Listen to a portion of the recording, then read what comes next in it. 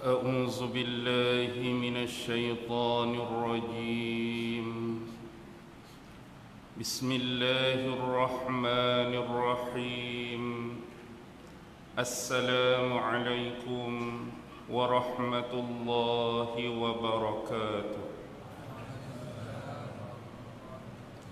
الحمد لله الحمد لله الحمد لله الحمد لله رب العالمين، وبه نستعين على أمور الدنيا والدين، والصلاة والسلام على أشرف الأنبياء والمرسلين، وعلى آله وصحبه أجمعين.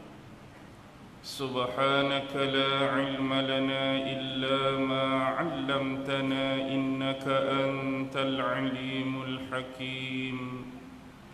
قال رب اشرح لي صدري ويسر لي أمري واحلل عقدة من لساني يفقه قولي. اللهم يسر ولا تعسر. اللهم صل على سيدنا محمد وعلى آله وصحبه وسلم، ولا حول ولا قوة إلا بالله العلي العظيم. أما بعد. الحمد لله، syukur kehadrat Allah Subhanahu wa ta'ala kerana dengan limpah kurnia, rahmat, kasih sayang dan inayah daripada Allah Subhanahu wa ta'ala, alhamdulillah, pada malam ini kita sama-sama dapat dipertemukan oleh Allah Subhanahu wa ta'ala. Dan mudah-mudahan pertemuan pada malam ini senantiasa beroleh rahmah dan barakah, petunjuk dan hidayah dari sisinya, insya-Allah. Terima kasih kepada pengurusi majlis, seterusnya pengurusi masjid dan ahli-ahli jawatan kuasa, daripada yang teratas sampailah kepada yang paling bawah. Dan terima kasih kepada mereka yang terlibat dalam menjayakan majlis ataupun program pada malam ini. Mudah-mudahan Allah Subhanahu wa ta'ala jualah yang dapat membalas segala jasa dan kerja ibadah anda dengan seikhlas-ikhlasnya, mudah-mudahan. Tuan-tuan, puan-puan, hadirin hadirat, muslimin muslimat yang dirahmati sekalian, berbalik kepada tajuk yang diberi pada malam ini, iaitu merujuk peristiwa akhir zaman. Bila kita melihat kepada tajuk, ada dua frasa yang paling penting. Satu merujuk kepada peristiwa, dan yang kedua merujuk kepada akhir zaman. Peristiwa bermaksud sesuatu kejadian atau fenomena yang dilalui oleh manusia, yang boleh juga diertikan sebagai sejarah ataupun sesuatu yang telah, sedang dan bakal berlaku. Manakala akhir zaman merujuk kepada satu keadaan atau tempoh tertentu, yang mana pengakhiran sesuatu keadaan ataupun sesuatu kejadian, dan lebih khusus ialah bagaimana keadaan akhir ataupun keadaan manusia, umatnya, untuk dikaitkan dengan akhir zaman. Walau bagaimanapun, sebagaimana yang disabdakan oleh Rasulullah sallallahu alaihi wasallam, peristiwa-peristiwa yang melatari akhir zaman terlalu banyak, terlampau banyak, dan berbalik kepada kitalah untuk mempelajari, untuk hadam, untuk menganalisis peristiwa-peristiwa tersebut sesuai dengan keadaan-keadaan dan fenomena-fenomena yang berlaku. Tetapi ada syarat-syaratnya. Bagaimana kita nak menghubungkan atau buat suatu connection disiplin-disiplin ilmu yang ada kaitan untuk membahaskan peristiwa-peristiwa yang berlaku di akhir zaman. Perkara pertama yang saya nak sebut pada malam ini ialah bila kita nak berbicara mengenai akhir zaman, kita kena faham konteks, iaitu sudut pemikiran dan ideologi manusia dalam memahami ataupun menerima akhir zaman. Ada sebahagian manusia-manusia yang hidup di atas dunia ini yang kita panggil sebagai manusia yang beriman dan mempercayai Allah Subhanahu wa ta'ala sebagai Tuhannya, yang beriman dan mempercayai Nabi Muhammad itu Rasul yang terakhir, yang mempercayai rukun-rukun iman yang lain. Mereka mempercayai setiap sabdaan-sabdaan yang diberitakan atau dikhabarkan oleh Rasulullah sallallahu alaihi wasallam. Ini dikategorikan sebagai manusia yang mukmin, manusia yang beriman. Manakala konteks yang kedua ialah manusia-manusia yang menolak perihal-perihal yang terkait dengan akhir zaman. Ada juga di kalangan yang menolak ini datang daripada saudara Muslim kita. Mungkin ada di kalangan mereka yang bersifat menolak hujahan-hujahan atau dalil yang berlandaskan kepada hadis-hadis Nabi. Mereka nak pakai dalil-dalil Al-Quran saja. Mereka tak mau terima dalil-dalil yang datang daripada hadis Nabi.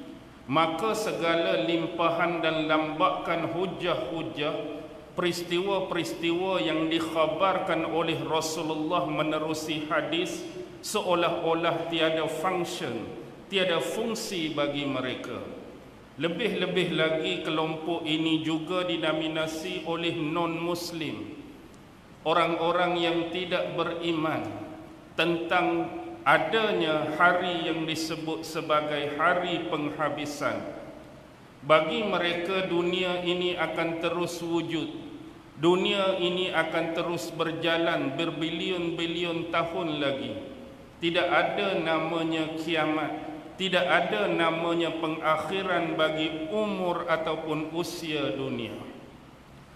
Atas landasan tersebut, kita umat Islam diwajibkan untuk beriman kepada rukun iman yang kelima, iaitu beriman kepada hari kiamat, hari penghabisan, hari terakhir, hari pengadilan, hari manusia ini dihakimi oleh Allah Subhanahu wa ta'ala di mahsyar kelak. Bila sebagai seorang Muslim yang diwajibkan kita beriman dan meyakini akan hari penghabisan, hari akhir, maka segala yang berkaitan, berhubungan atau ada connection dengan jalan menuju kepada hari ataupun pentas tersebut, maka turut wajib diimani oleh kita. Bila kita kata kita ni beriman kepada hari akhirat, hari terakhir, pasti ada peristiwa, ada tragedi, ada fenomena yang berlaku menjurus kepada benar-benar berlakunya hari kiamat. Inilah yang disebut sebagai akhir zaman.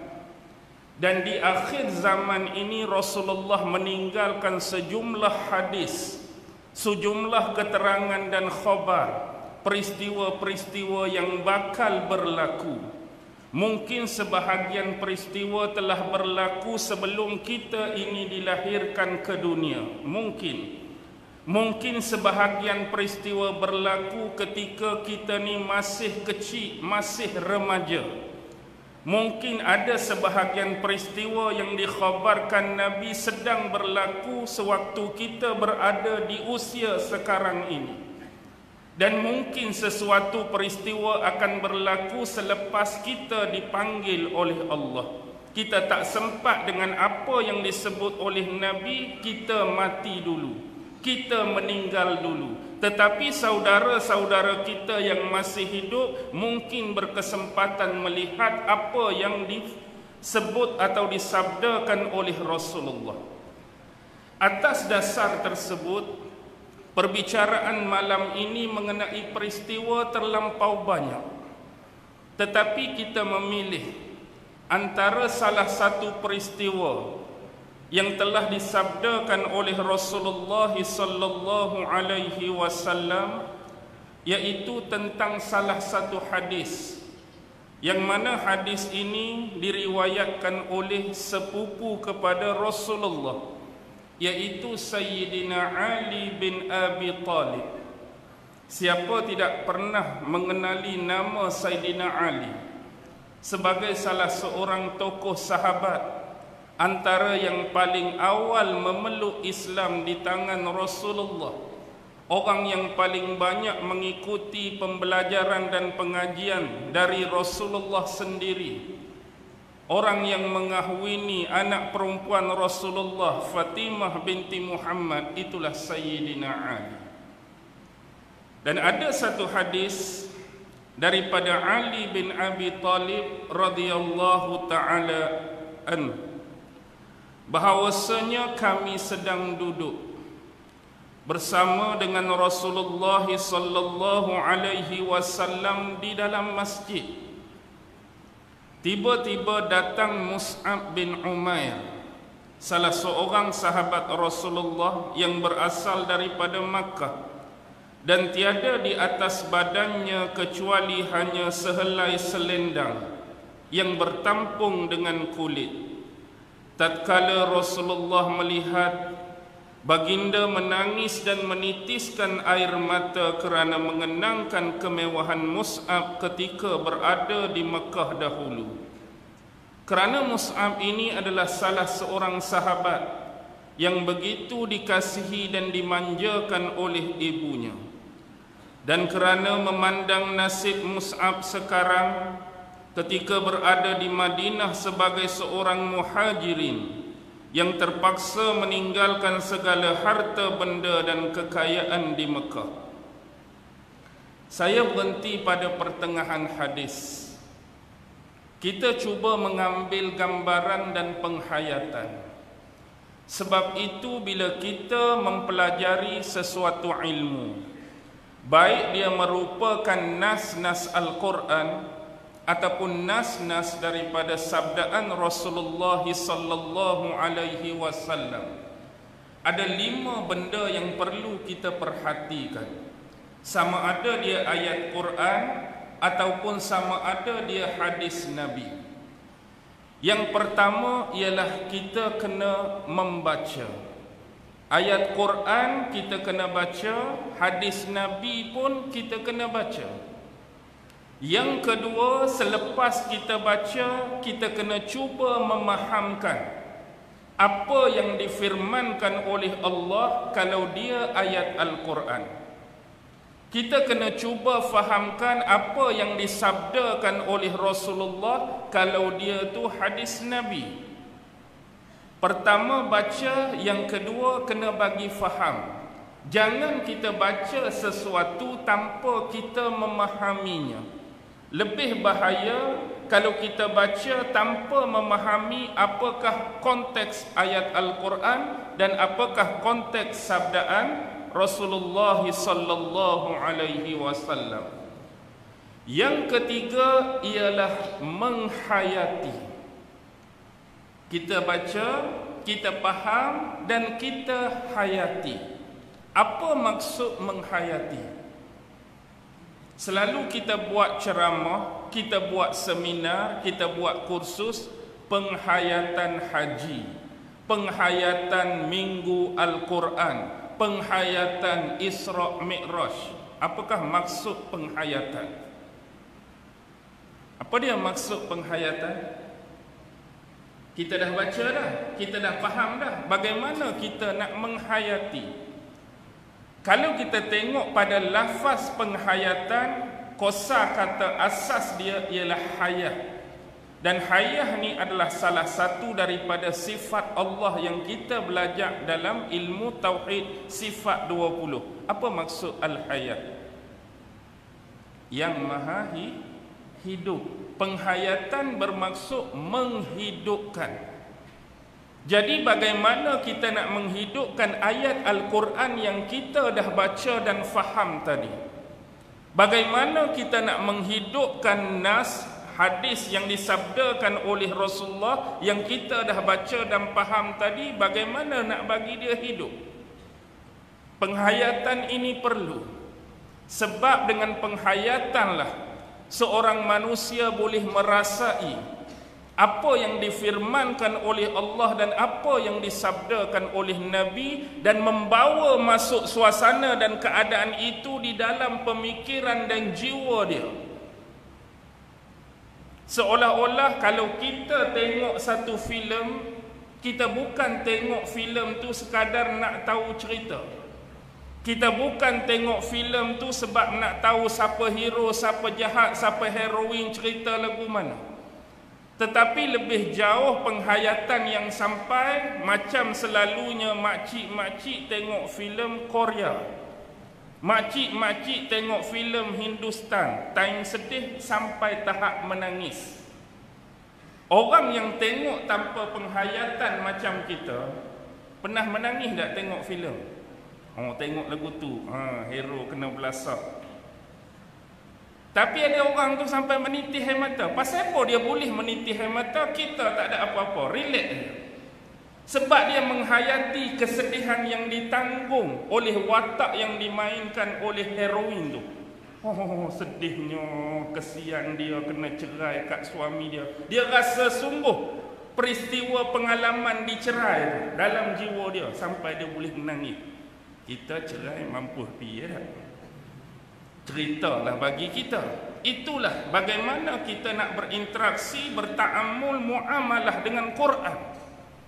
Sebab tu ada sesetengah manusia, bila kita bacakan kisah-kisah Rasulullah, kisah-kisah peperangan, contohnya perang Uhud, bagaimana baginda terluka, baginda terjatuh di dalam lubang, baginda patah gigi serinya, ada orang yang mampu menangis.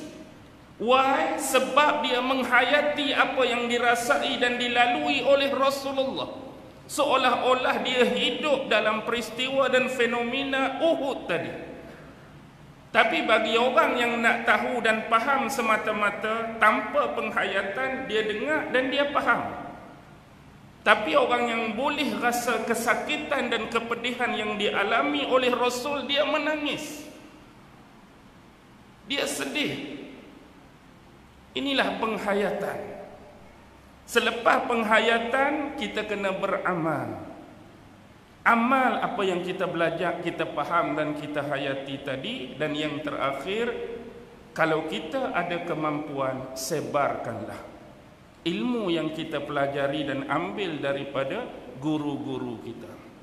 Baik, kembali kepada persoalan tadi, saya nak bawa penghayatan tadi. Disebutkan dalam hadis ini, kami sedang duduk bersama Rasulullah di dalam masjid. Cuba tuan-tuan bayangkan suatu ketika Sayyidina Ali menyebut, satu ketika kami sedang duduk bersama Rasulullah di dalam masjid. Dalam masjid ada Rasulullah, ada Sayyidina Ali dan ada sahabat-sahabat Nabi yang lain sedang duduk-duduk. Lalu apa yang berlaku? Tiba-tiba datang Mus'ab bin Umair. Masuklah salah seorang sahabat Nabi yang nama beliau Mus'ab bin Umair. Ya, dia sahabat, tapi bagaimana keadaan dia bila berdepan dengan Rasulullah dan sahabat lain? Tiada di atas badannya kecuali hanya sehelai selendang yang bertampung dengan kulit. Keadaan dia Tu penting untuk kita hayati. Dia datang hanya selendang yang bertampung dengan kulit. Maksudnya pakaian yang dipakai oleh Mus'ab amat-amatlah sederhana, dan mungkin boleh kita katakan sebagai pakaian seorang fakir, lagi miskin. Pakaian yang bercompang-camping, bertampal-tampal dengan kulit. Bila Rasulullah dan sahabat lain tengok Mus'ab datang dalam keadaan demikian, baginda menangis dan menitiskan air mata. Dalam syarah hadis menyebut 3 keadaan sahabat bila tengok Mus'ab, tuan-tuan. Ada sahabat yang tak sanggup tengok Mus'ab yang mereka kenal dulu amat jauh berbeza dengan Mus'ab yang sedang masuk dalam masjid. Ini bukan Mus'ab yang kami kenal dulu, amat-amat berbeza. Sehingga kategori pertama sahabat kerana tak sanggup tengok Mus'ab yang mereka kenal dulu, sekarang ni duduk depan mereka, mereka pejamkan mata. Mereka pejam mata, tak sanggup nak tengok Mus'ab. Kategori sahabat yang kedua, mereka tak pejam mata, tetapi mereka tundukkan pandangan dan wajah mereka ke bawah, tak sanggup tengok Mus'ab. Pertama pejam mata, yang kedua tunduk. Dua-dua keadaan ni tak mau tengok apa yang berlaku di hadapan mata. Dan yang ketiga, tengok sambil menitiskan air mata sebagaimana Rasulullah menitiskan air mata.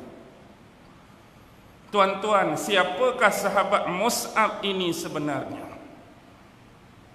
Mus'ab dahulu adalah salah seorang lelaki yang saya kira apa yang Allah anugerahkan pada Mus'ab ini, kalau tanyakan kepada tuan-tuan, semua apa yang ada pada Mus'ab, itulah semua orang lelaki berkehendak. Mus'ab adalah seorang lelaki yang handsome dan tampan.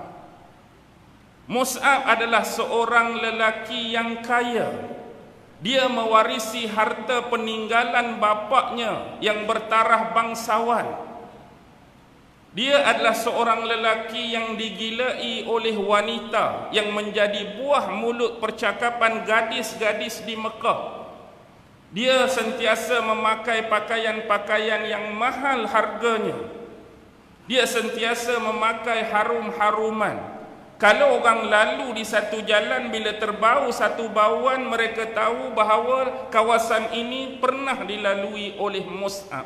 Dia ada haruman tertentu. Kaya, dimanjakan oleh kedua orang tuanya. Apa saja yang dia nak, pasti ditunaikan. Sebagai seorang lelaki, apa yang Allah bagi pada Mus'ab ni yang tuan-tuan tak mahu? Yang saya sebut tadi, pertama, handsome dan tampan. Tuan-tuan nak tak sebagai lelaki handsome dan tampan? Jujur. Kalau tanya saya, memang saya sebagai lelaki normal, kalau dia tu normal, ustaz nak ke kalau kami adjust, kami make up wajah ustaz jadi tampan dan menarik? Ya, saya nak. Tuan-tuan, nak. Orang lelaki nak handsome, nak tampan. Tetapi walaupun demikian, walaupun kita ni memang tak berapa handsome, tu pun duk perasan handsome tak habis dah. Perasan handsome walaupun tak berapa handsome. Kita boleh tengok ciri-ciri orang yang perasan handsome walaupun mungkin keadaan dia bersendirian. Nombor satu, waktu dia duduk di bilik air. Ada cermin dalam bilik air tu, pagi-pagi orang hak tak perasan, dia tengok biasa je. Tapi orang hak jenis lagu ni, duduk depan cermin, dia banyak gaya-gaya tu nak suruh nampak menarik kan. Dia tengok depan tu tak berapa menarik. Lepas tu dia buat kot tepi, kot ni, padahal dia seorang-seorang je. Satu lagi, kalau kita perasan bila kita tangkap gambar, Ustaz, hantarlah satu keping gambar, ataupun hak belum kahwin ni awet dia minta gambar satu keping. Dia tangkap dah gambar tu, padahal gambar dia dah boleh hantar terus. Tapi bila tengok tu, tak berapa menarik posting ni dah. Ada jerawat nampak sikit, kalau belah ni tak ada jerawat. Dia tukar, kok ni pula. Tak puas hati pula lagu ni. Last kali 10 keping tu, dia pilih hak paling teruk ke, hak paling rasa paling bagus. Jarang orang nak hantar hak paling teruk kan. Hak paling bagus tu lah dia hantar. Bila kawan tu terima, oh, handsome sungguh. Bolehlah kita buat dating, jumpa minggu depan. Jumpa minggu depan lagu mana? Tak berapa nak sama dengan gambar. Rupanya belah ni hari tu tak nampak. Jerawat batu penuh toner, tak sekata pH, bukan 5.5. Contoh. Baik. Itu Mus'ab. Harta yang diwariskan oleh bapak dia. Tuan-tuan nak tak harta banyak? Harta banyak, semua orang nak. Yang kedua, yang ketiga, digilai oleh wanita. Perempuan-perempuan duk bercakap pasal dia. Tuan-tuan pun nak. Air bau, baju yang cantik, baju yang indah, cakap kat bapak, bapak beli, cakap kat emak, emak bagi. Semua kita nak. Tapi itu Mus'ab yang berada di Mekah dulu, tuan-tuan. Sebab itulah bila sahabat tengok dia sekarang, sahabat tak sanggup. Mus'ab ni seorang pemuda yang cerdas. Tetapi bagaimana hati Mus'ab boleh tertarik untuk Islam? Sedangkan dia datang dari golongan bangsawan. Hati Mus'ab terdetik untuk tertarik dengan Islam bila mana dia melihat sahabat-sahabat awal yang kita kenali as-sabiqunal awwalun telah diseksa, telah dizalimi, telah dianiaya oleh tuan masing-masing. Kan ada yang awal-awal masuk Islam di kalangan sahabat Nabi yang mereka punya tuan dan majikan. Bilal diseksa, bagaimana keluarga Yasir, Sumayyah dan sebagainya. Jadi satu benda yang tertarik pada diri Mus'ab bila melihat karakter orang yang disiksa. Ni penting. Dia tahu bahawa orang ni jadi pengikut satu ajaran yang dibawa oleh lelaki yang bernama Muhammad. Itu biasa. Muhammad dah dikenali sedang mendakwah dan membawa satu ajaran baru. Orang Mekah dah tahu, termasuk Mus'ab. Tetapi yang terkesan bagi Mus'ab, rata-rata yang mengikuti ajaran dan dakwah Muhammad ini walaupun orang tu miskin, tetapi bila ditawarkan dengan sesuatu supaya tukar kembali, minta kamu tukar balik, dengan bahasa yang senang nak faham, murtad balik, tinggalkan ajaran Muhammad, tinggalkan dakwah Muhammad, aku akan bebaskan kamu, aku akan lepaskan kamu. Tapi mereka tetap tidak berganjak. Apakah sebenar yang didakwahkan oleh Muhammad sampai orang yang bertaraf hamba, fakir dan miskin begitu teguh dan kejak pegang ajaran ini? Special ni. Muhammad dah cerita apa kat mereka? Muhammad dah tanam apa dalam hati mereka? Muhammad dah bagi apa kat jiwa mereka? Sampai orang yang tahap rendah macam ni, low class level pada masa tu, sanggup untuk bertahan. Jadi sampai akhirnya, dengan bantuan seorang sahabat Nabi, secara diam-diam dia mengunjungi tempat yang selalu Rasulullah berdakwah, kawasan yang agak terpencil di atas Bukit Safa. Itulah kediaman Al-Arqam bin Abi Al-Arqam, salah seorang sahabat Nabi. Lalu dia pergi dengar. Masuk dia saja dalam rumah tu, dia duduk mendengar Rasulullah melantunkan bacaan ayat-ayat Quran. Hati dia terkesan, hati dia terasa. Sebab dia orang yang cerdas, dia orang cerdik. Dia faham apa yang dibacakan oleh Nabi. Sehingga bila Rasulullah selesai urusan dakwah, bila dia berhadapan dengan Nabi Muhammad, badan dia menggeletar. Satu perasaan yang tak mampu nak diungkapkan. Antara bercampur teruja kegembiraan. Lalu Rasulullah letakkan tangan baginda yang mulia di dada Mus'ab. Lalu Mus'ab merasakan inilah saat dan waktu ketenangan yang tak pernah dia hadapi seumur hidup. Rasulullah menenangkan Mus'ab. Tapi sahabat-sahabat lain mula membimbangi keselamatan Mus'ab. Kenapa? Sebab dalam dunia ni tiada sesuatu pun yang ditakuti oleh Mus'ab kecuali hanya seorang. Siapa dia? Ibu dia, Khunnas binti Malik. Seorang perempuan yang teguh dan tetap pendirian, tiada kompromi. A kata dia adalah A, Z kata dia adalah Z. Sebab tu Mus'ab pernah menyebut, kalaulah sekiranya sekumpulan manusia yang ramai daripada penduduk Mekah datang menyerang aku dan mereka mencampurkan bilangan mereka dengan berhala-berhala yang mereka sembah, campur pula dengan debu-debu dan pasir di bumi Mekah sehingga membentuk satu pasukan yang kuat, datang nak serang aku, ini aku anggap perkara yang enteng dan mudah. Tengok apa kata Mus'ab. Kalau mari satu gerombolan penduduk Mekah ramai nak serang dia, campur dengan berhala-berhala yang banyak tu, nak serang dia, campur dengan pasir-pasir yang ada, ramai nak abad. Mari nak serang dia, mudah, enteng. Tapi kalau dengan mak aku, ni pusing. Ni yang risau ni. Sebab mak dia jenis keras dan antara orang yang kuat menentang dakwah Nabi. Atas dasar tersebut dia bertemu dengan Rasulullah dan sahabat lain secara sembunyi-sembunyi. Harapan dia agar benda ni tidak dapat dikesan dan diketahui oleh ibu dia.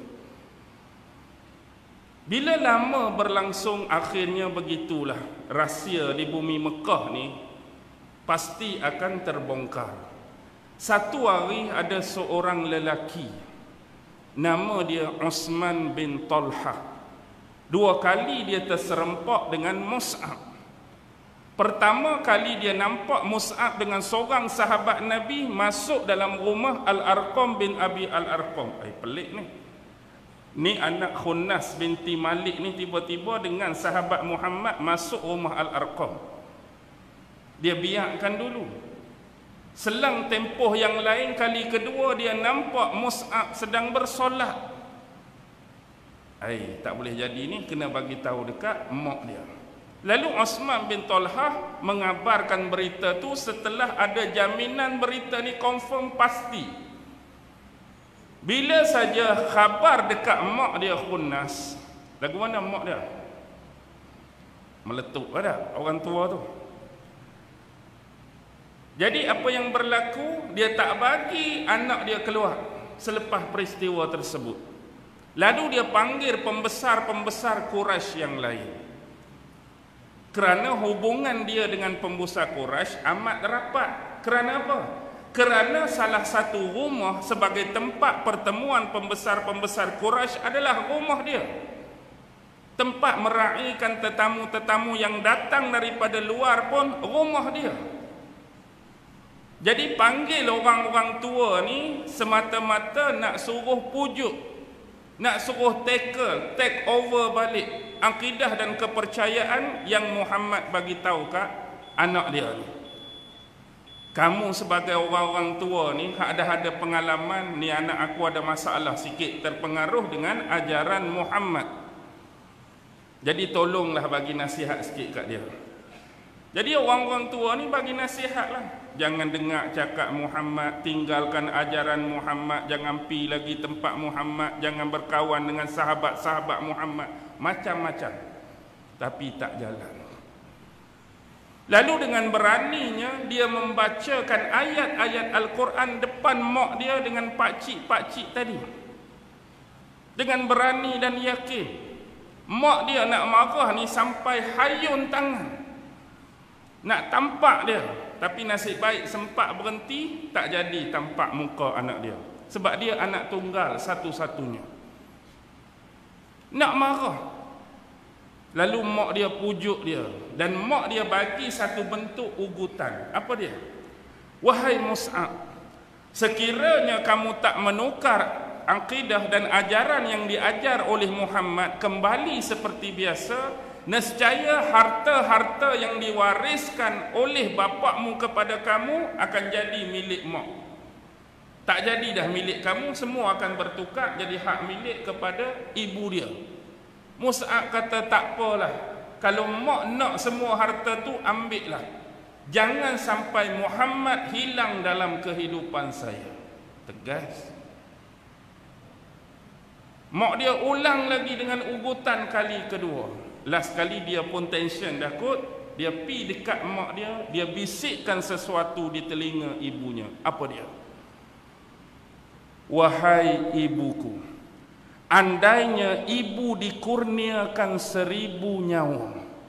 Maksudnya kalau mak mati, hidup balik. Mati, hidup balik. Mati, hidup balik. Suruh saya tukar agama dan akidah ni, sesekali saya tidak akan pernah menukarnya. Mak dia tak boleh nak buat apa. Last kali heret dia pi satu bilik kecil, dia dikurung dalam bilik tu, tak boleh keluar. Ada pengawal yang khusus untuk jaga. Dia hanya boleh keluar dua keadaan. Satu ketika time nak makan, yang kedua time dia nak menguruskan diri. Maksudnya nak kencing dengan nak berak, bolehlah buka kunci, orang iring, pi selesai, masuk, kunci balik. Tiba-tiba dalam keadaan dia duduk tu, ada kod sahabat-sahabat dia yang menyampaikan berita bahawa pada masa tu Rasulullah telah mengarahkan sahabat-sahabat yang dizalimi, terseksa ini supaya berhijrah buat kali pertama ke bumi Habsyah. Tuan-tuan pun tahu sejarah mengapa Rasulullah minta sebahagian sahabat yang dizalimi ini berhijrah ke Habsyah, cari perlindungan di bawah naungan Raja An-Najasyi. Jadi bila dia dengar macam mana helah dia buat, dia terik dia punya penjaga tu sampai dia terlepas. Dia boleh terlepas dan dia bersekali dengan sahabat-sahabat yang nak berhijrah tu. Jadi pilah dia ke bumi Habsyah, duduk di sana. Dan bila dia kembali semula, itulah keadaan yang Rasulullah dan sahabat lain tengok Mus'ab. Amat-amat menyedihkan. Memanglah Rasulullah menangis, memanglah sahabat menangis. Sebab Mus'ab hak mereka kenal dulu ni, hak duduk depan ni tak sama langsung. Jadi itulah nak abang bercerita tentang Mus'ab lebih kurang. Dan dia adalah wira medan Uhud. Umur dia tak panjang. Umur dia tak panjang. Dia terkorban, mati syahid waktu perang Uhud. Tapi zaman hidup dia, dialah duta pertama, delegasi pertama yang dihantar oleh Rasulullah ke bumi Madinah sebelum Nabi hijrah. Kan waktu kita tahu fasa dakwah Nabi ada dua. Satu, dakwah secara sembunyi. Yang kedua, dakwah secara terang-terangan. 3 tahun sembunyi. Masuk tahun keempat, Allah bagi keizinan. Rasulullah pun berdakwahlah kepada orang di Mekah. Sampai satu tahap Rasulullah nak melebarkan sayap dakwah. Poin paling penting, perkara paling besar di Mekah adalah Kaabah. Setiap tahun orang luar daripada Mekah akan datang mengunjungi Kaabah. Jadi Rasulullah ambil peluang orang-orang yang datang ni dakwahkan Islam. Pi cerita tak terima, pi cerita tolak, pi cerita tak terima. Ada satu kumpulan yang menerima, iaitu dari bumi Yasrib. Sebelum hijrah nama dia Yasrib, diketuai oleh As'ad bin Zurarah dengan sahabat-sahabat dia. Mereka terima Islam. Mereka janji dengan Nabi, mereka kalau datang lagi tahun depan, mereka akan bawa lebih ramai sahabat-sahabat. Mereka akan sebarkan apa yang mereka terima daripada Nabi ini kepada ahli keluarga mereka di Madinah. Jadi mereka mari pula tahun seterusnya dengan jumlah yang lebih ramai. Tapi bila mereka nak pulang, mereka kata, wahai Rasulullah, lambat pula kami nak temui kamu. Bila pula agak-agak nak jumpa Nabi? Haji tahun depan lah. Setahun. Lama. Boleh tak kami minta salah seorang sahabat kamu tu, kami bawa balik dia? Jadi bila dia datang ke Madinah, dia boleh ajar kami tentang Islam dan sebarkan agama ni kepada penduduk di Madinah. Jadi Nabi pun berkira-kira, agak-agak nak lantik siapa ni? Dia nak seorang sahabat. Nak kira-kira, dapatlah Mus'ab bin Umair. Kenapa Mus'ab? Sedangkan di sisi Rasulullah ramai sahabat senior. Abu Bakar ada, Sayyidina Ali ada, Osman ada, Abdul Rahman bin Auf ada, Sa'ad bin Abi Waqqas, sahabat besar, sahabat senior yang kita rasa kalau atas kertas lebih layak daripada Mus'ab. Tapi why Mus'ab? Mus'ab ada satu kelebihan yang tak dipunyai oleh sahabat-sahabat tersebut. Apa dia? Diplomasi dan protokol. Kenapa dia ada diplomasi? Kenapa dia ada protokol? Kerana rumahnya tadi adalah tempat pertemuan pembesar-pembesar. Jadi yang selalu melayani mereka adalah Mus'ab. Jadi bila orang besar ni dia ada diplomasi dia, nak bercakap lagu mana, nak bertanya lagu mana, nak layan lagu mana, kita panggil protokol hari ni. Jumpa orang besar-besar. Kalau kita hantar orang tak tentu kalu ni, hak dia nak ajak tu bagus, dia nak dakwah, dia nak ajak Islam, tapi tak kena cara cakap tak betul, orang marah, orang tengking. Jadi orang yang ada diplomasi dan protokol ni paling baik. Mus'ab miliki itu. Rasulullah hantar dia walaupun dia masih muda. Jadi bila dia hantar dia masuk dalam kampung-kampung, suku-suku, bani-bani, berapa ramai yang dah masuk Islam. Ramai masuk Islam, jasa Mus'ab. Dan bila tiba saat Allah menurunkan wahyu kewajipan solat Jumaat. Solat Jumaat, tuan-tuan, dah turun di Mekah, tapi Rasulullah tidak mempunyai kemampuan untuk buat berjemaah secara terbuka solat Jumaat. Tapi Rasulullah hantar utusan supaya Mus'ab buat di Madinah. Mus'ab buat dah sebelum Rasulullah hijrah. Sebab itulah bila Rasulullah hijrah, solat Jumaat Rasulullah kali pertama di lembah, di satu wadi kan, Rasulullah singgah. Itulah solat Jumaat Nabi dalam perjalanan daripada Quba menuju ke Madinah. Ada di satu lembah, ringkas, padat dan pendek. Kalau kertas A4 8 baris saja isi teks khutbah Nabi.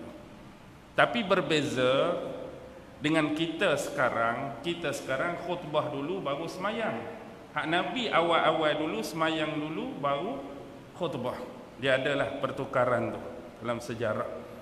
Okey, biar yang tu. Jadi bila Rasulullah berhijrah perang Badar, sampai tahap perang Uhud. Perang Uhud inilah menyaksikan segala-galanya tentang diri Mus'ab. Dia antara orang yang syahid. Syahid dia amat-amat menyedihkan. Orang lain mungkin syahid di panah, ada. Orang lain mungkin syahid ditombak, ada. Orang lain ditikam, ada. Tapi kita tengok Mus'ab ni, dia syahid waktu keadaan paling tegang. Ketika mana musuh-musuh sedang giat pada masa tu tumpukan serangan pada batang tubuh Nabi. Jadi dia nak mengelakkan orang tu tumpu pada Nabi, dia pacu kuda-kuda dia di celahan musuh. Bawa panji ni. Datanglah Ibnu Kumaiyah. Ibnu Qumai'ah, kita nak kata apa? Buat pedang lagu ni. Ambil pedang, buat lagu ni. Nak guna perkataan apa? Bahasa Inggeris nak kata apa? Nak kata pancung tu tak juga. Kalau tikam menghayun. Abang ni guru BM ke abang? Menghayunkan. Dia kata bukan kita tak tahu menghayunkan. Kadang-kadang bila kita nak sebut tu saat tu dia tak mai. Nasib baik abang ada penyelamat.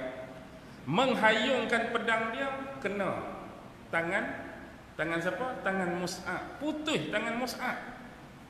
Putus tangan tuan-tuan. Semangat tak kurang. Ambil dengan tangan kiri. Pacu lagi kuda.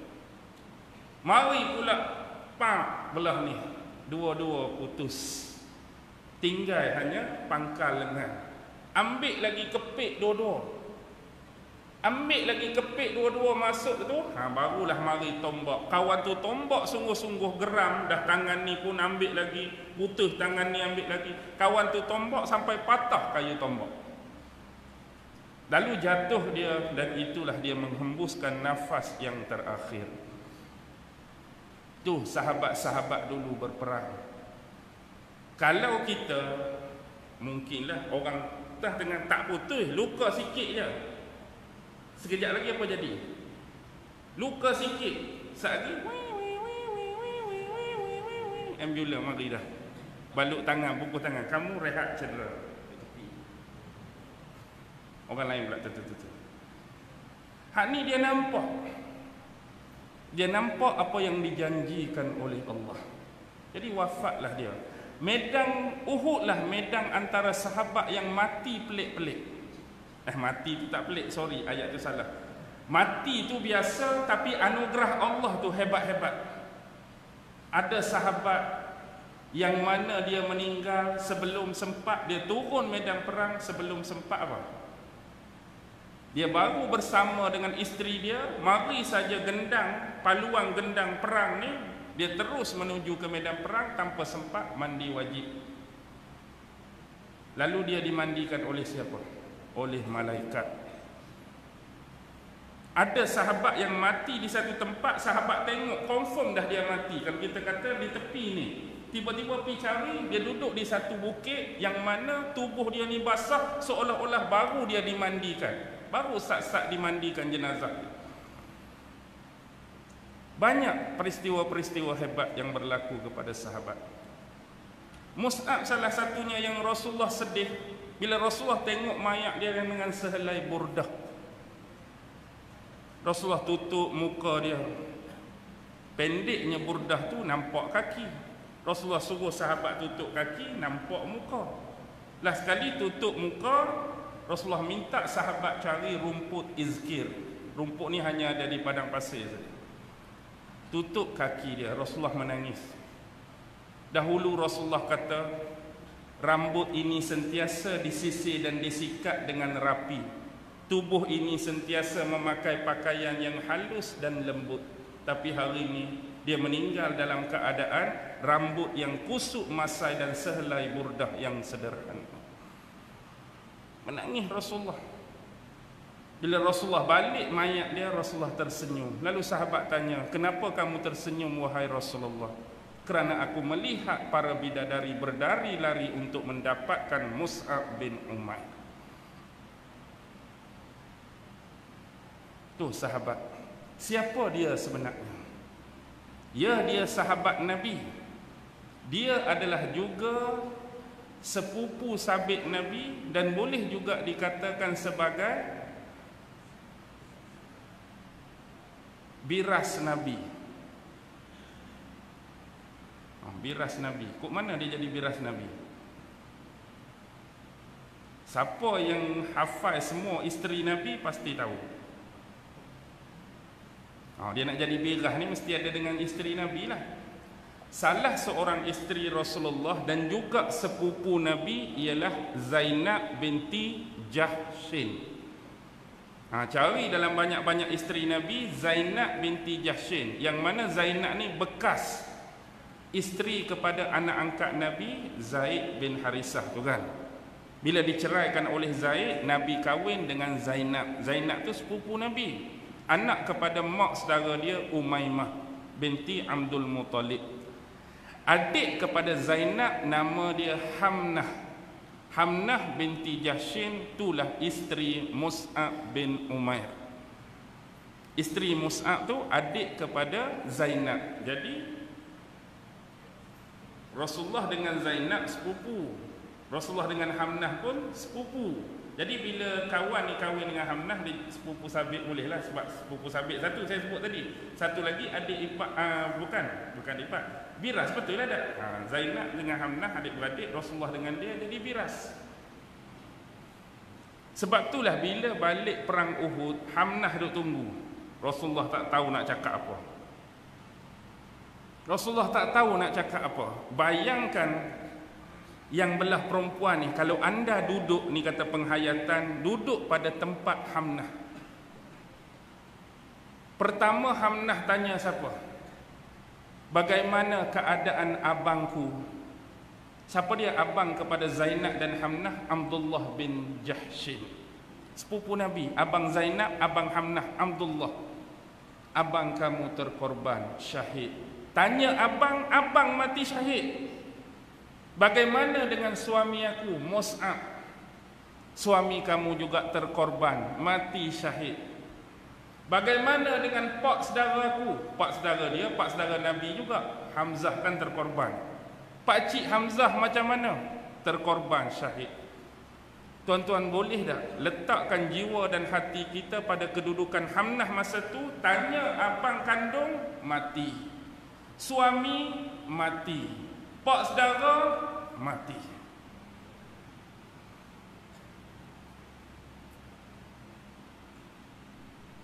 Kita aksiden baru tak mati lagi. Tu pun kita dah sedih, bukan main dah. Abang aksiden tak mati, aksiden sedih dah kita. Ni bukan seorang, tanya seorang mati, tanya seorang mati, tanya seorang mati.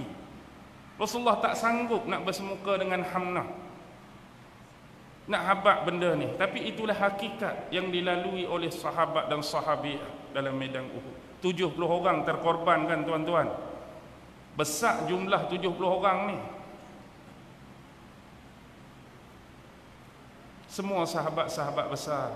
Yang hari ni kalau kita pergi ziarah di perkuburan kan, tempat makam-makam syuhada Uhud, kita boleh tengok kubur-kubur sahabat ni. Walaupun kubur tu nampak biasa, tetapi hati kita ni bila mengenang kembali perjuangan mereka, sedih kita. Baik, itulah pengakhiran hidup Mus'ab. Ni baru nak masuk hadis. Boleh tak? Okey. Baik, Rasulullah sebut apa kepada sahabat bila tengok Mus'ab tadi? Kemudian Nabi SAW bersabda, bagaimanakah keadaan kamu? Selesai dah isu Mus'ab tu. Nabi tanya, bagaimanakah keadaan kamu pada suatu saat nanti? Nabi tanya siapa ni? Tanya sahabat. Agak-agak bagaimana keadaan kamu bila tiba saat-saat seperti ini?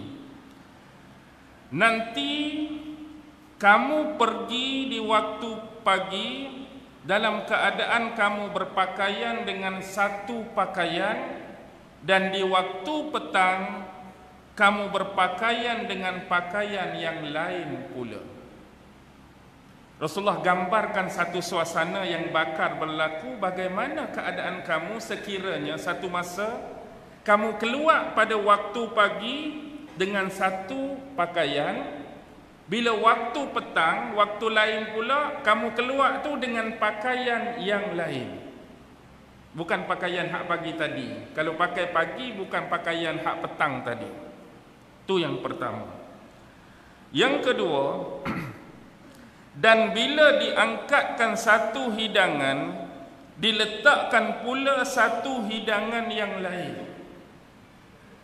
Kita dah diletakkan satu hidangan, baru nak makan, mari lauk lain pula.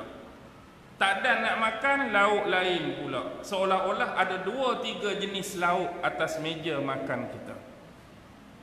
Itu yang kedua Nabi habaq.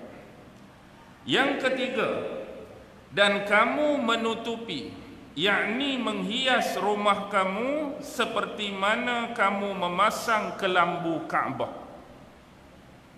Kamu hias rumah kamu sebagaimana kamu memasang kelambu Kaabah. Nak bagi hias Kaabah, nak bagi cantik Kaabah, begitulah kamu pada masa akan datang menghias kediaman dan rumah kamu cantik-cantik, indah-indah. Baik. 3 benda Rasulullah sebut, tuan-tuan, untuk kita sama-sama fikirkan berkenaan dengan akhir zaman. Pertama, Rasulullah sebut tentang pakaian, yang kedua tentang makanan, yang ketiga tentang tempat tinggal. Sebenarnya inilah 3 yang menjadi keperluan asas dan utama bagi setiap manusia. Kita hidup di bumi mana pun, ni 3 benda paling penting dalam hidup manusia: pakaian, makanan, tempat tinggal. Tak ada salah satu tak sempurna hidup sebagai manusia. Sebagai contoh, kalaulah kita ni dapat makan banyak hari-hari, makan banyak hari-hari, KFC kita boleh makan, McDonald kita boleh makan, Pizza Hut kita boleh makan, nasi kandak boleh makan, nasi kerabu boleh makan, mari Terengganu nasi dagang, kepuk lekok, losong, pok din. Baru kenal pok din. Ada pok din kat sini? Tak ada. Okey, boleh makan. Lepas tu rumah kita besar, makan mewah, rumah besar, satu je selek, baju seluar tak ada. Nak keluar rumah, bertelanjang pula. Makan mewah dah duduk dalam rumah, rumah besar dah, aircon penuh. Tapi nak keluar, baju tak ada, seluar tak ada. Sempurna tak hidup? Tak boleh. Tak ada pakaian, tak boleh. Pakaian mesti ada. Cuba kita tukar pula. Pakaian mewah, baju kot kita ada, kemeja kita ada, t-shirt kita ada, seluar track ada, seluar selek ada, seluar jeans ada, rumah besar, tapi makanan tak ada. Rumah aku besar, bergaya bukan main hebat, tapi nak makan tak boleh. Lapak hari-hari, dahaga hari-hari. Sempurna dah hidup? Tak sempurna, tuan-tuan. Satu lagi kita tukar. Pakaian hebat-hebat, makan hebat-hebat, rumah tak ada. Hang nampak je bergaya, kereta besar, rupanya tidur dalam kereta. Contoh lah. Nak buat lagu mana kena tidur dalam kereta, rumah tak ada. Di sinilah almari belakang tu duk sangkut baju berderet tu yang boleh bergaya tu, tidur pun situ lah. Pasal apa? Rumah tak ada. Tak sewa, tak ada juga. Tak sempurna, tuan-tuan, hidup. Inilah yang disebutkan oleh Rasulullah. Kenapa kita perlukan makanan untuk meneruskan kelangsungan hidup? Kenapa kita perlukan pakaian untuk menutup tubuh badan dan aurat kita? Kenapa kita perlukan rumah tinggal? Untuk kita bebas bergerak, tukar pakaian dan merehatkan tubuh kita setelah penat bekerja. Itu yang paling asas. Hak lain tu kalau Allah bagi rezeki lebih, Allah bagi anugerah lebih, ikut tuan-tuan lah nak top up apa. Baik. Sekarang ni, pertama kita tengok Rasulullah habaq pagi baju lain, petang baju lain. Betul tak apa yang Nabi sebut? Betul tak? Betul, tuan-tuan. Bahkan lebih daripada apa yang Nabi sebut. Inilah anugerah. Kita kata kita hidup di zaman yang Allah bagi kita rezeki dan nikmat melimpah, penuh dengan kemewahan. Kita ambil satu contoh mudah. Bagi orang yang ada jawatan dalam kerajaan, sekurang-kurang dia keluar bekerja pada pagi siap dengan suit masing-masing. Hak jenis bomba pakai lagu mana? Pakai baju bomba. Hak polis pakai baju polis. Hak cikgu pakai baju gaya seorang cikgu. Hak berniaga, orang berniaga. Businessman, businessman. Orang SPRM, SPRM, LHDN, LHDN. Semua ada suit masing-masing mengikut jawatan yang dijawat. Apatah lagi orang hak tak kerja dengan kerajaan. Maksudnya kita sebagai peniaga ikan ke, peniaga keropok ke, peniaga pasar malam ke, kita keluar pun mesti berpakaian.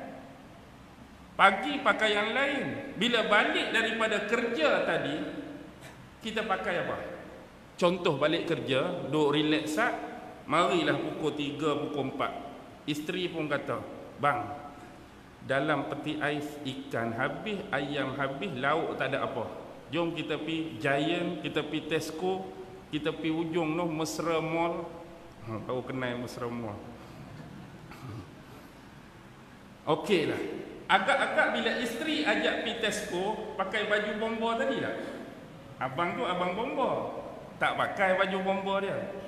Maksudnya dia pakai casual biasa. Mungkin nak pi Tesco, baju t-shirt. Seluar slack ke, seluar track ke, ikut dia lah. Maksudnya pakaian lain lah. Pilah dia. Beli-beli ikan apa, cukup balik. Duduk lepas semayang asar tu, pukul 5, pukul 6, Din pula lalu. Din pula duduk jogging. Lama tak jogging, jom join aku. Jogging. Jogging tu agak-agak tukar baju bomba balik tak? Orang ajak pergi jogging, tak lah. Pakai baju hak gaya orang jogging lah. Seluar track, kasut sport apa, keluar jogging. Lepas tu sambil jogging tu memang kata, oh malam ni ada kuliah ni. Kat mana? Dori pakar lah. Ustaz main jauh ni. Lagu mana? Okey, boleh join. Dia nak main masjid sat lagi, pakai baju bomba ke, baju jogging ke, baju keluar Tesco tadi. Ada dah, lagu ni lah. Ada hak pakai jubah sekerat, kain sarung. Ada hak baju Melayu seluar selek, ada hak baju Melayu siap lengkap bersamping tengkolok pun ada. Maksudnya sekurang-kurang berapa kali dah tukar baju tadi? 4 dah. Nabi kata pagi dengan petang lah. Kita ni lebih daripada yang Nabi sebut, mewah sungguh. Bukan 4. Sebenarnya lepas balik sat lagi tidur lagu ni lah. Tuan-tuan tidur hari ni lah. Dah saya rasa mesti tukar dah. Paling koman pun baju putih Cak Ansar, kain sarung saja dah. Paling koman kita kata. Hak teruk lagi kain sarung saja, panas lagi. 5 kurang-kurang. Mewahnya kita. Dan kalau lihat pada dalam bilik kita tu, orang yang sederhana mungkin ada 1 almari, betul. Orang yang Allah bagi kemewahan agak-agak lebih tak 1 almari. Lebih. Ada rumah dia sampai 2 almari, 3 almari. Orang kaya mungkin 4-5 almari. Lagu mana pula kehidupan artis-artis tuan-tuan, orang-orang jenis hebat. Sebab mereka selalu tunjuk koleksi-koleksi mereka tak? Bukan kata baju. Ni kasut dulu dia tunjuk. 100 pasang kasut. Inilah kasut saya. Ni kasut jogging, ni kasut main bola, ni kasut main tenis, ni kasut main ski. Ni dia bilang satu-satu. Sekarang kita bergerak bahagian seluar pula. Buka almari seluar dia. Macam-macam jenis seluar, macam-macam jenis baju, macam-macam jenis fashion. Beg tangan, jam tangan. Tu hak kaya sungguh lah. Nah habaknya, itulah keadaan kita. Mewah sungguh. Tu yang pertama. Allah bagi anugerah nikmat berpakaian. Yang kedua Nabi sebut apa tadi? Tak ada siap satu hidangan, mari hidangan lain. Mari hidangan lain. Kita koman-koman paling miskin, sederhana pun berapa lauk atas meja? Paling koman kan 2 dah. Apa dia biasa lauk hak kira tahap miskin? Telur kan? Singgang. Kalau singgang ikan tongkol tu kira hebat dah. Ikan tongkol berapa belas kilo dah ni? Mahal dah tu. Kalau saya ni paling komannya ikan sardin dengan telur goreng 2 dah. Kalau orang tu ikan apa? Sayur air sayur tu sayur air, lepas tu ikan kering. 2 juga. Tu pun 2 dah. Baik. 2 ke dia, 3 ke dia, 4 ke dia, tuan-tuan boleh tengok. Orang yang tahap sederhana paling koman 3 hingga 4 orang sederhana kan. Ada satu jenis tu memang untuk kuah. Ada satu tu untuk jenis goreng. Biasanya ayam goreng ke, telur goreng ke. Lepas tu hak jenis apa tu Pak? Sayur-sayur pula dah. Sayur tu, sayur kubis, sayur ni. Lepas tu adalah pula hak jenis penghujung tu. Kita kata pemanis mulut. Kuat-kuat 4, mewahnya kita.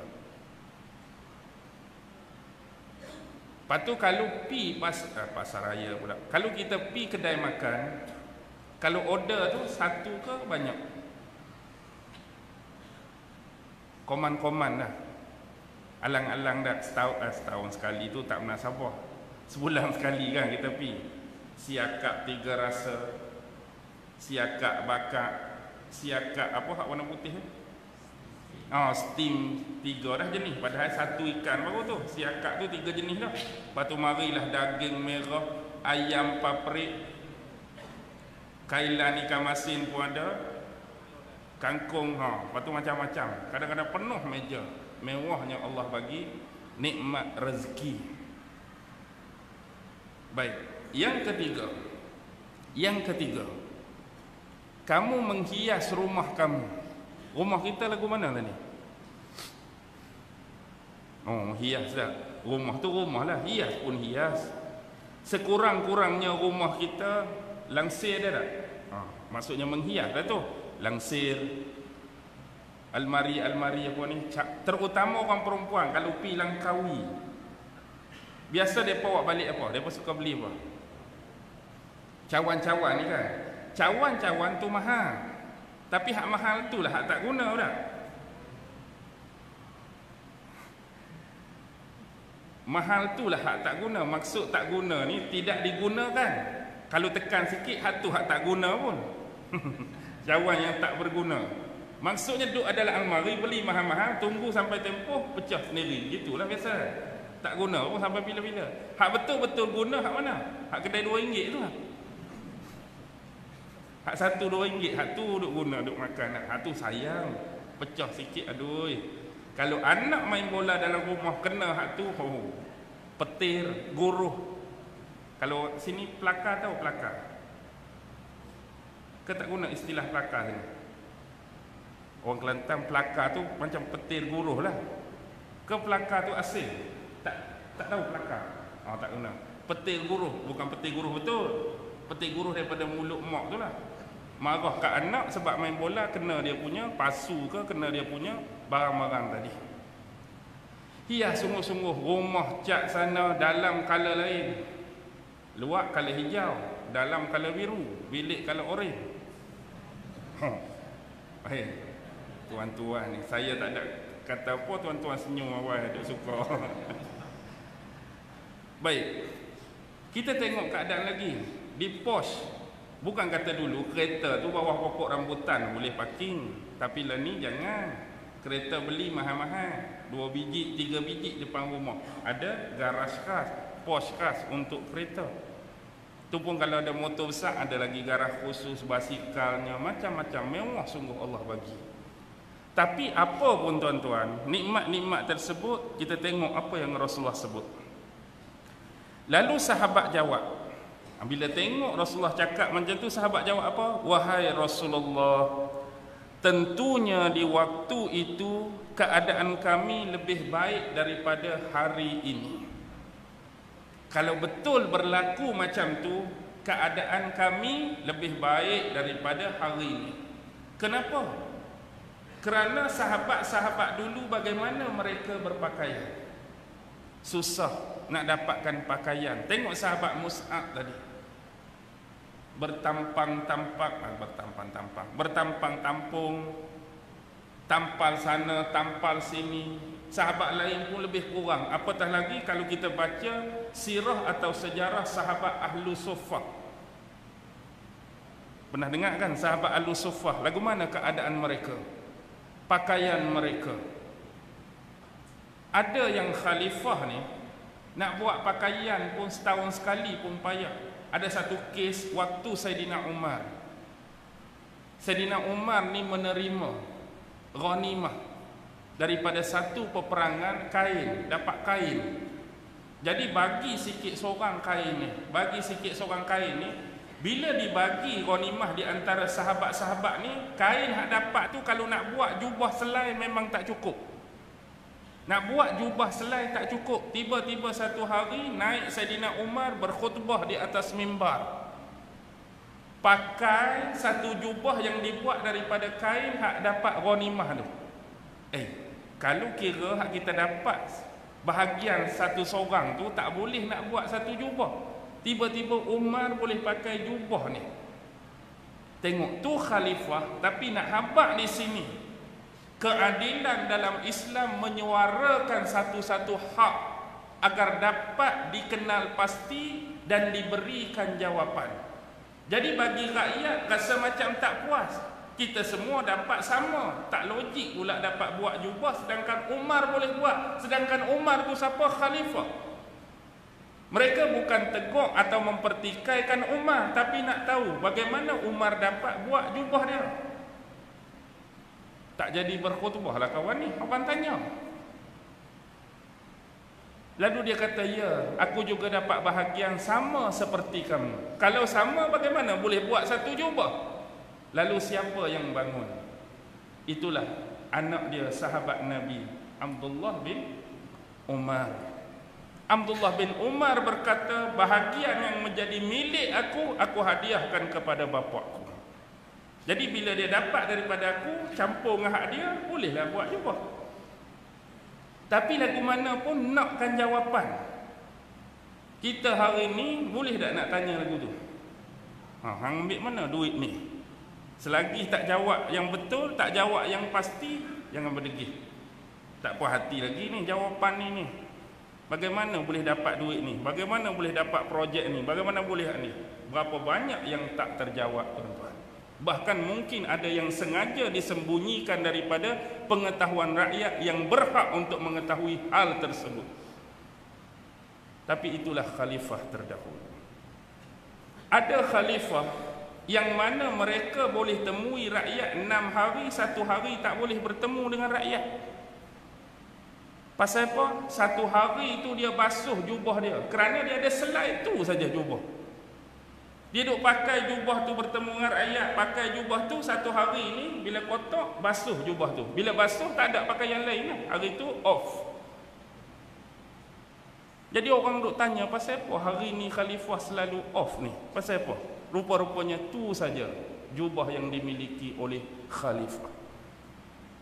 Tuan-tuan, hari ni kalau jubah khalifah lagu mana?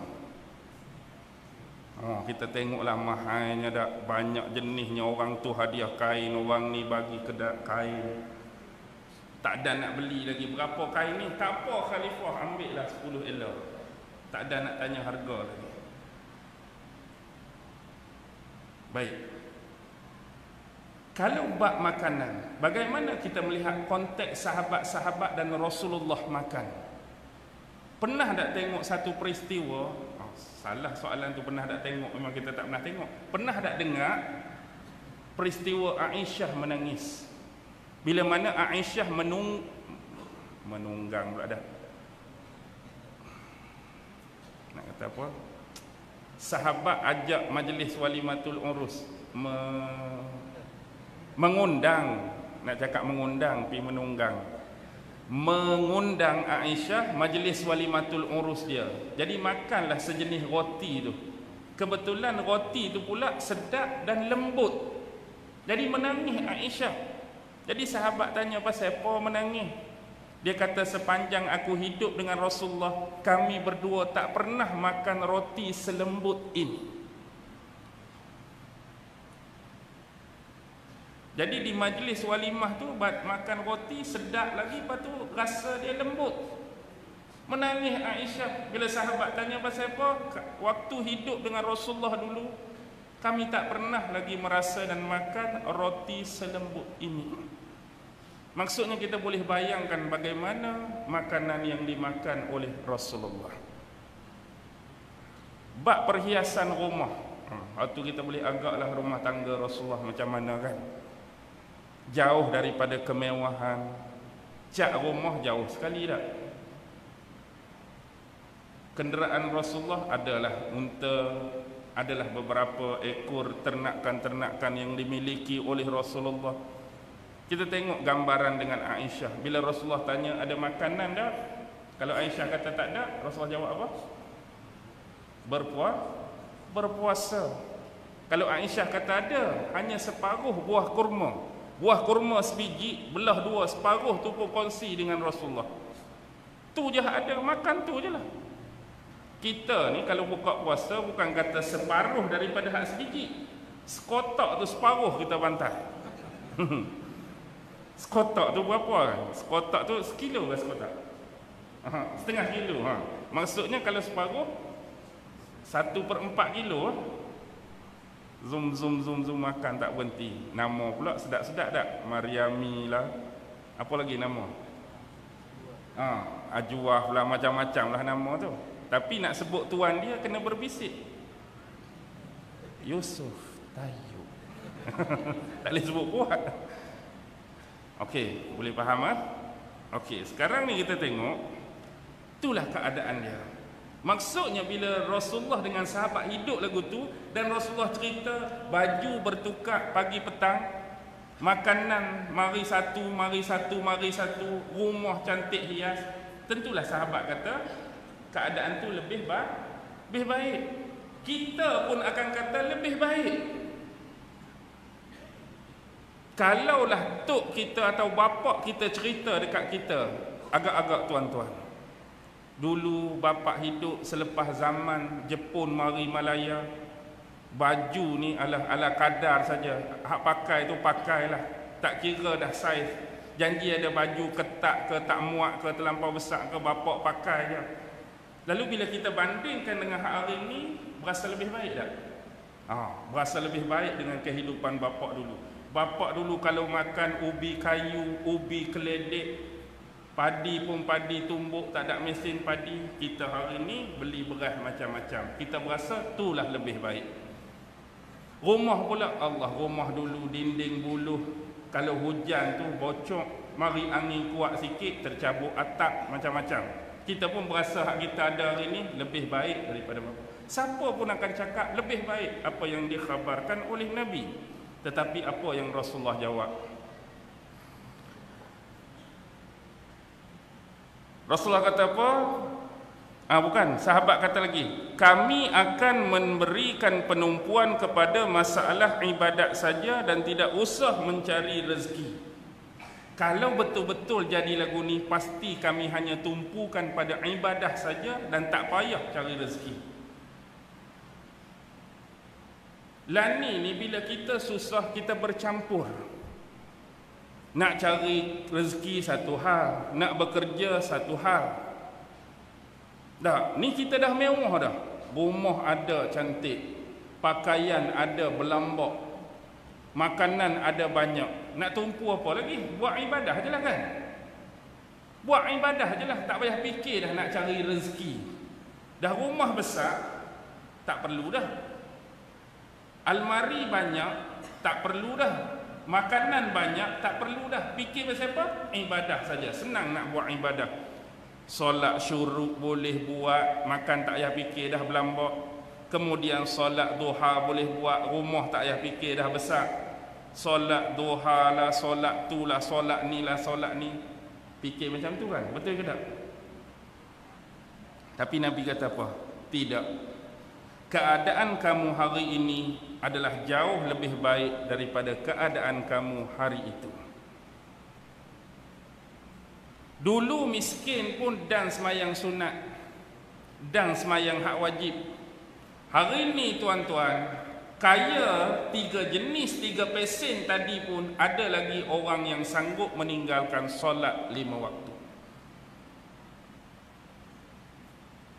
Tinggal semayang, pasal apa? Sebab tak ada pakaian ke tinggal semayang? Oi, pakaian 5 almari.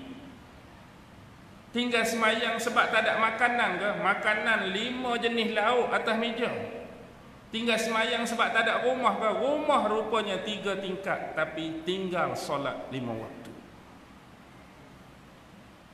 Kerana apa meninggalkan solat? Banyak kemungkinan.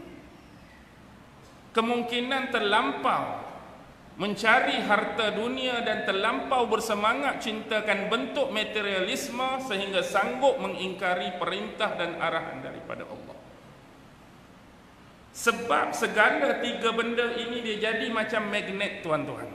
Kalau tidak dikawal dan dijaga, dia akan makin membara. Sebab tu dalam satu hadis Nabi pernah sebut, sekiranya diberikan kepada anak Adam satu gunung emas, pasti dia berkeinginan satu gunung emas yang kedua. Bukan kata bagi gelang sorat, bukan bagi satu rantai 15 kilo. Kalaulah diberikan satu gunung emas, kalau kita tahu, oh Allah dapat satu gunung cukup lah ni, tapi dia pasti berkehendakkan gunung emas yang kedua. Kalau harta dan material tidak pandai dijaga, dia jadi macam magnet, nak cari sampai hati dan jiwa dia puas. Dalam keadaan nak cari itulah boleh berlaku pelanggaran terhadap hukum dan perintah Allah. Terlampau nak cari harta, berkemungkinan seseorang tinggal semayang. Terlampau sayang harta, dia tak mau bayar zakat. Terlampau sayang harta, niat pi Mekah, niat pi haji tak ada. Tapi Bangkok dia boleh sampai, Paris dia boleh sampai, London dia boleh sampai. Itulah bahananya. Tak, bukan salah pi Bangkok, bukan salah pi Paris, tuan-tuan nak pi lah. Tak ada masalah kalau Allah bagi harta lebih. Tetapi kalau tuan-tuan ada kemampuan, utamakanlah perjalanan ke tempat-tempat yang disarankan oleh agama. Masjidil Haram, Masjid Nabawi, Masjidil Aqsa dan sebagainya. Lebih penting mendahului tempat-tempat tersebut berbanding dengan tempat-tempat lain. Bukan kata tempat lain tu tak boleh pergi. Okey. Sekarang apa lagi bahana dia? Kita katakan sahabat dulu dalam keadaan teruk mereka hebat ibadat. Tapi kita hari ini ada segala-galanya, kenapa kecundang dalam ibadat? Patut hak teruk tu lah, lapar selalu, dahaga selalu, rumah pun tak ada, makan pun jarang-jarang. Patut hak tu lah teruk ibadat.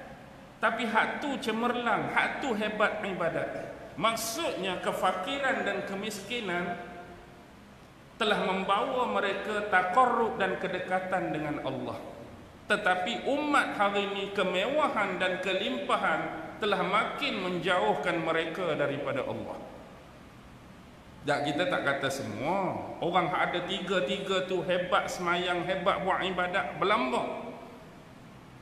Tapi kita ambil perkiraan secara umum, itulah yang bakal berlaku. Kenapa jadi demikian, tuan-tuan? Sedangkan kita dah punya segala-galanya, tetapi kenapa ibadah-ibadah mereka yang terdahulu jauh lebih hebat? Satu, berkemungkinan percampuran. Apa dia? Bercampur apa? Bercampur apa agak-agak? Bercampur antara halal dan haram,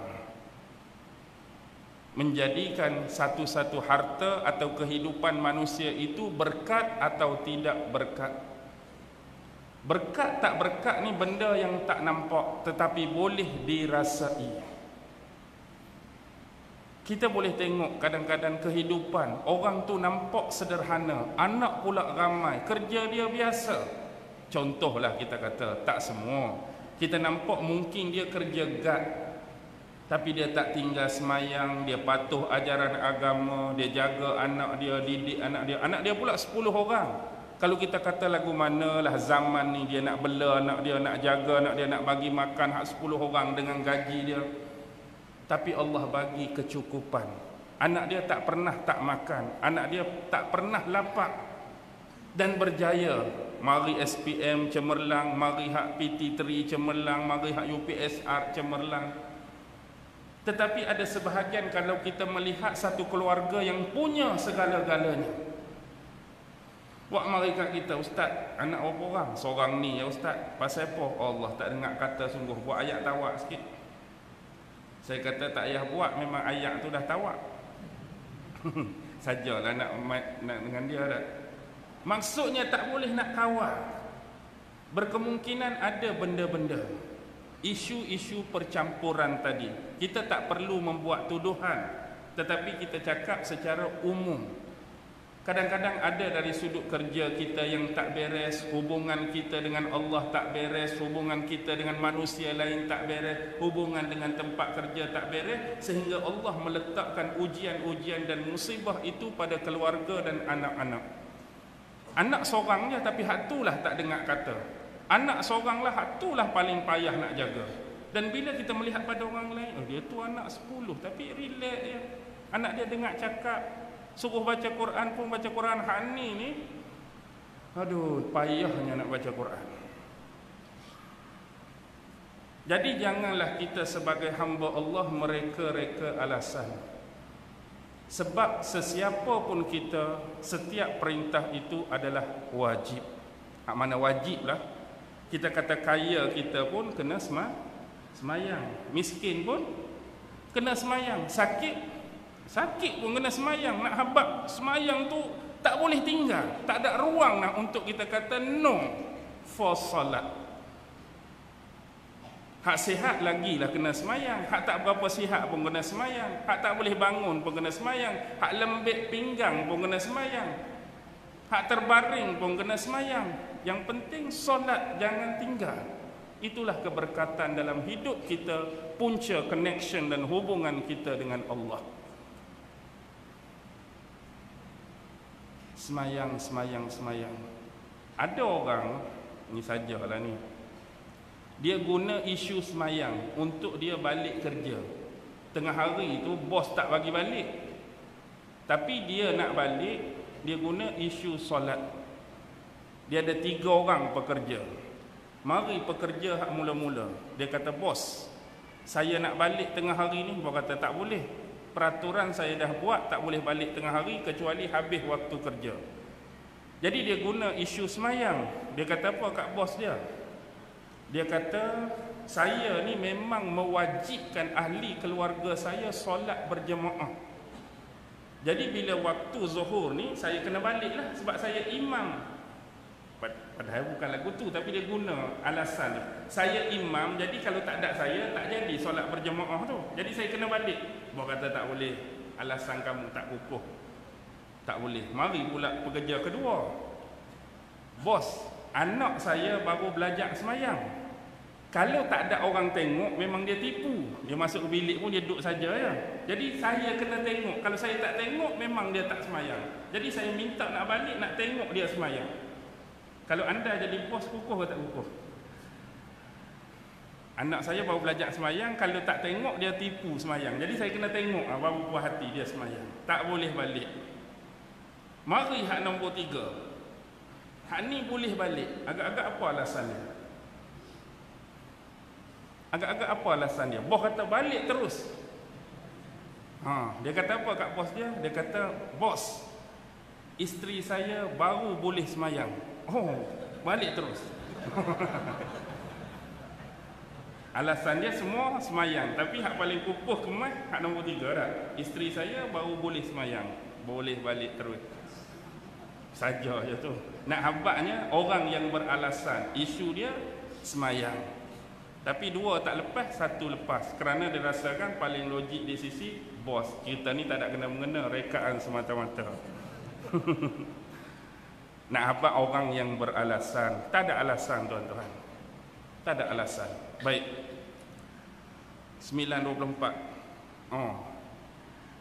Sambil-sambil ni saya nak tanya, sebab viral tadi, yang mana tuanku baginda dah macam bagi satu, bawah tu nampak Ustaz Zul Al-Bakri yang punya tanda tangan kan. Jadi esok ni kira berkuat puasa dah, 17 hingga 22 tu.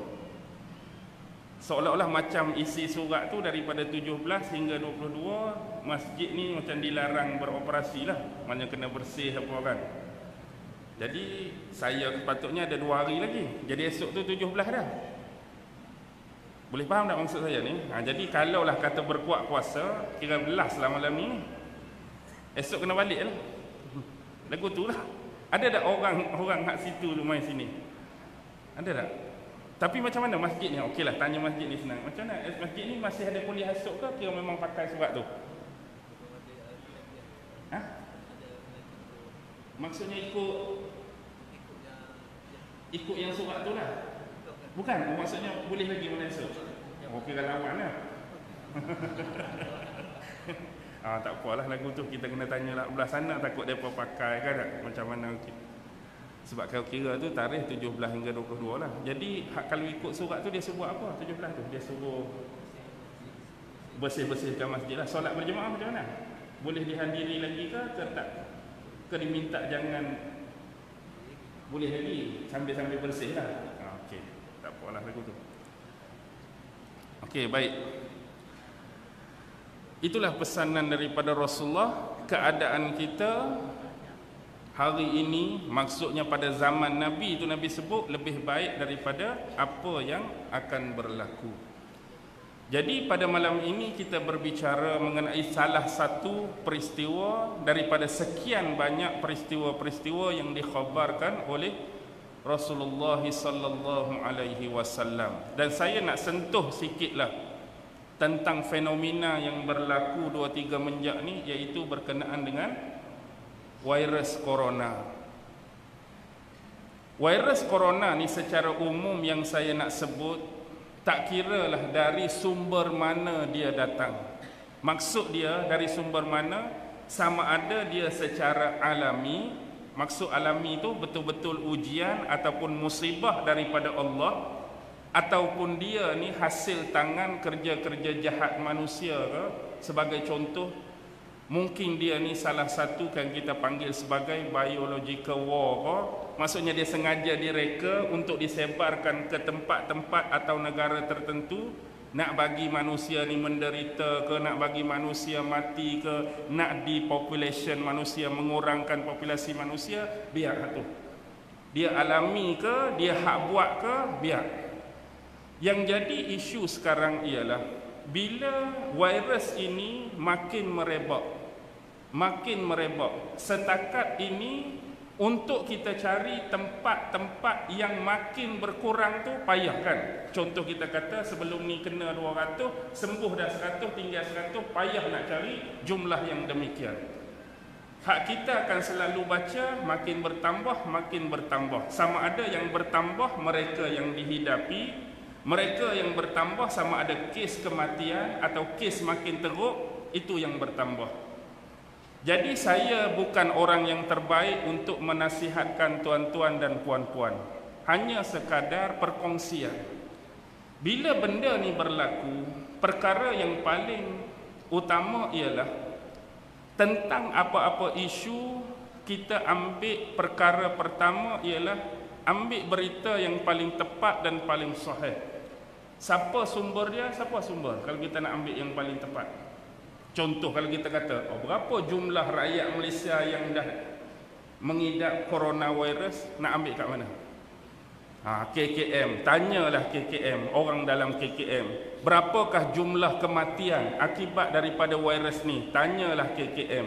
Bagaimana cara-cara kita sekurang-kurang nak membendung atau mengatasi atau mengurangkan atau filter tubuh kita, ahli keluarga kita, masyarakat daripada virus ni terus merebak, tanya KKM. Jadi kalau kita nak mengambil pendekatan lain selain daripada apa yang disarankan oleh KKM, contoh biasanya saranan KKM pakai mask, pakai topeng, pakai hand sanitizer, selalu membersihkan diri, mengelakkan tempat-tempat ramai, tempat-tempat awam, tempat-tempat perjumpaan, mengelakkan diri keluar majlis-majlis tertentu. Tapi kita juga boleh untuk menggunakan bentuk-bentuk herba alami. Yang ni kita punya sendirilah. Maksudnya ada setengah orang kata rebuh ayak bawang putih, contoh ni, bukan kata betul, contoh. Misal abang kata, bolehlah kita try rebuh bawang putih, minum ayak dia. Kalau rasa tuan-tuan yakin dengan cara tersebut, go on. Ataupun ambil kemuncup, ambil lalang, ni contoh. Kan ada satu persembahan sepah tu kan, ini kan contoh, Jeb kata kan. Ingat tak? Contoh, kalau kata herba tu boleh kita kata untuk mengurangkan daya serangan tu, makan buah ni, makan kurma ke makan apa, tuan-tuan buatlah sebagai usaha ataupun ikhtiar kedua. Di samping apa yang disarankan oleh KKM dari sudut yang pertama tadi. Dan yang paling penting, kita sentiasa ingat apa? Ingat apa tuan-tuan? Virus tetap virus, dia datang tetap datang. Tetapi yang lebih besar dan berkuasa daripada virus dan segala makhluk siapa? Allah. Dan jangan sesekali guna ayat-ayat macam ni, saya minta. Aku tak kisah pi mana pun, aku bukan takut virus ni, dia nak kena ke tak kena, sebab aku lebih takutkan Allah. Ada tak orang buat ayat-ayat lagu tu? Ada kan? Betul. Kalau tanya sesiapa pun, anda takut virus ke takut Allah? Anda takut virus ke takut Allah? Kita semua takut Allah. Bukan isu kita tak keluar tu kerana takut virus.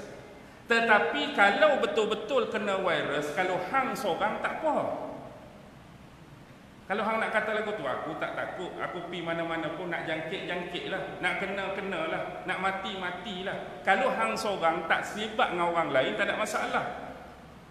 Tapi bila kena hang balik rumah, kena siapa? Kena anak bini, terlibat dengan orang lain, payah selalu. Jadi janganlah guna perkataan-perkataan tu. Orang lain yang sedang filter, orang lain yang sedang rawat, orang lain yang sedang mencuba dengan pelbagai ubat-ubat herba pun semua takut kat Allah, bukan takut kat virus tu. Kita ada adab dan kita ada disiplin dan aturan sebagaimana yang disebut dalam hadis Nabi. Kan Nabi ada sebut dalam hadis, bila wabak tu berlaku di suatu tempat, apa kita perlu buat? Kalaulah kita duduk dalam satu-satu tempat, satu-satu daerah, wabak tu terkena di daerah tu, jangan keluar. Takut menular wabak tu. Takut menular wabak tu. Dan wabak tu perlu dicegah. Maksudnya dengan sedaya upaya, dengan semampu mungkin. Hak lebihnya dalam keadaan kita berupaya nak cegah, nak halang, kena juga, tu tak ada arah lah kita kata. Macam kita timbul isu nyamuk Aedes, demam denggi, demam malaria, usaha kita sapu sampah sampai bersih dah, longkang segala dicuci, tong-tong air segala dibuang, nak kena juga tak ada arahan. Usaha dah buat dah, ikhtiar dah buat, patuhi arahan daripada pemerintah dah buat, ikut saranan KKM dah buat, makan herba tu dah buat, mengelakkan pergi tempat orang ramai dah buat. Kalau nak kena juga tak ada buat apa, terima je lah. Tu dah takdir Allah. Tapi kita dah buat, bukan kata pergi seribu, kalau kena, tak kena, tak kena. Itu bukan cara dia. Macam orang kata pergi perang lah tak mau pakai pistol. Kalau mati hari ni, mati tembak. Kalau tembak tak mati, tak mati. Biasanya kalau orang tembak, mati ke tak mati? Seolah-olah macam serah diri, macam nak bunuh diri. Ayat macam tu tak terpakai dari sudut tu. Ayat tu tak terpakai. Ayat-ayat tu boleh terpakai, contoh lagu mana? Kalau kita tu bukan pi buat benda yang mengarut macam tu. Macam kita, contoh kita kata lagu mana? Kita bukan sengaja lah. Maksudnya kita nak menyeberang satu jurang yang genting. Aku ni tak ada cara lain dah. Macam mana pun kena jemerang. Kalau tak jatuh, alhamdulillah. Kalau jatuh pun, kalau kita kata masa tu, kalau nasib tak baik, mati. Kalau tak mati pun tak apa. Hak tu tak apalah. Hak ni memang tak jemerang guna tu, terjun terus. Kalau mati, mati. Kalau tak mati, tak mati. Masa tu hak tu tak payah guna lah, hak terjun terus tu. Maksudnya jemerang dulu. Kalau nak jatuh, kalau mati, mati. Nak buat mana? Kalau tak mati, tak mati. Tapi kita ikhtiar dah dulu. Ni tak guna waktu terjun terus. Kalau mati, mati. Tak mati, tak mati. Macam kita hak pergi perang tadi. Topi besi dah pakai, ni dah pakai, segala dah pakai nak masuk. Peperangan ni kalau syahid, tak syahid pun alhamdulillah. Tapi kalau memang dedah buka, pistol pun tinggal. Kalau dia tembak mati, tak mati. Ada perbezaan tu tuan-tuan. Hak yang pertama tadi bukan ikhtiar, yang kedua tu ikhtiar. Yang pertama tu seolah-olah serah diri. Kita yang cari penyakit. Betul, kita faham ketentuan di tangan Allah. Tapi itulah sekadar proporsi yang saya boleh buat tentang isu penyakit berjangkit yang nama dia COVID-19. Sama ada, ingat poin tadi, sama ada dia alami ataupun dia ni dibuat oleh manusia, hak tu kita terimalah. Dia dah datang dah, dia dah mari dah. Yang penting jaga diri masing-masing. Yang nombor 3 tadi saya nak sebut, jangan tinggal dan lupa pergantungan kita kepada Allah. Kalau dah mari ujian, mari musibah, jangan berhenti. Ya Allah, lindungi kami. Ya Allah, jaga kami. Ya Allah, pertahankan kami. Ya Allah, selamatkan kami. Kita minta selalu. Mudah-mudahan Allah Subhanahu wa taala menjaga kita semua daripada sebarang bentuk kecelakaan musibah, terutama perkara-perkara yang berkaitan dengan penyakit dan wabak-wabak seperti ini. Memang keadaan sekarang amat genting, kita kata tegang. Genting macam mana pun, tegang macam mana pun, Allah kita letak di depan. Dialah pemutus segala.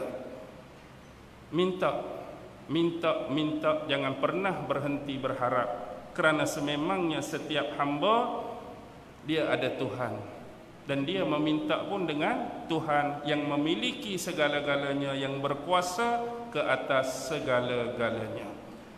Dan saya harap saya boleh berhenti lah kot, letih dah saya pun.